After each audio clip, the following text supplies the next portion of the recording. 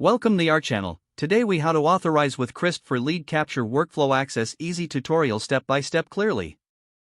To begin authorizing with Crisp for your lead capture workflow, first, navigate to the Crisp website. Sign in to your Crisp account using your credentials. Once logged in, go to the dashboard where you can find various options.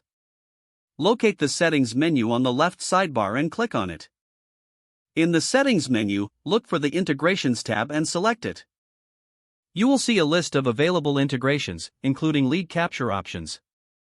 Find the option for lead capture workflows and click on it to view more details. Next, look for the Authorize button and click it to start the authorization process. You will be prompted to enter any necessary API keys or credentials required for integration. Fill in the required fields with accurate information to ensure successful authorization. After entering the information, review it for accuracy before proceeding. Once confirmed, click on the Submit or Authorize button to complete the process. Wait a moment while Crisp processes your authorization request.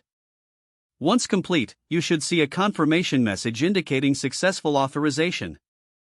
Now, return to the dashboard to explore lead capture workflow features. You can start setting up your lead capture strategy now that you are authorized. Follow the prompts to customize your workflow according to your needs.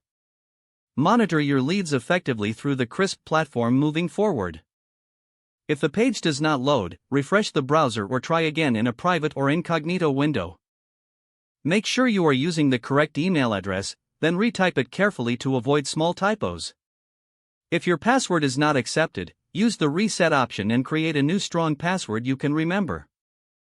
Check your spam folder for verification or security emails, then complete any requested confirmation steps. Enable two-factor authentication if available to improve account security and reduce unauthorized access risk. After signing in, review your profile details so your contact information and settings are accurate and current.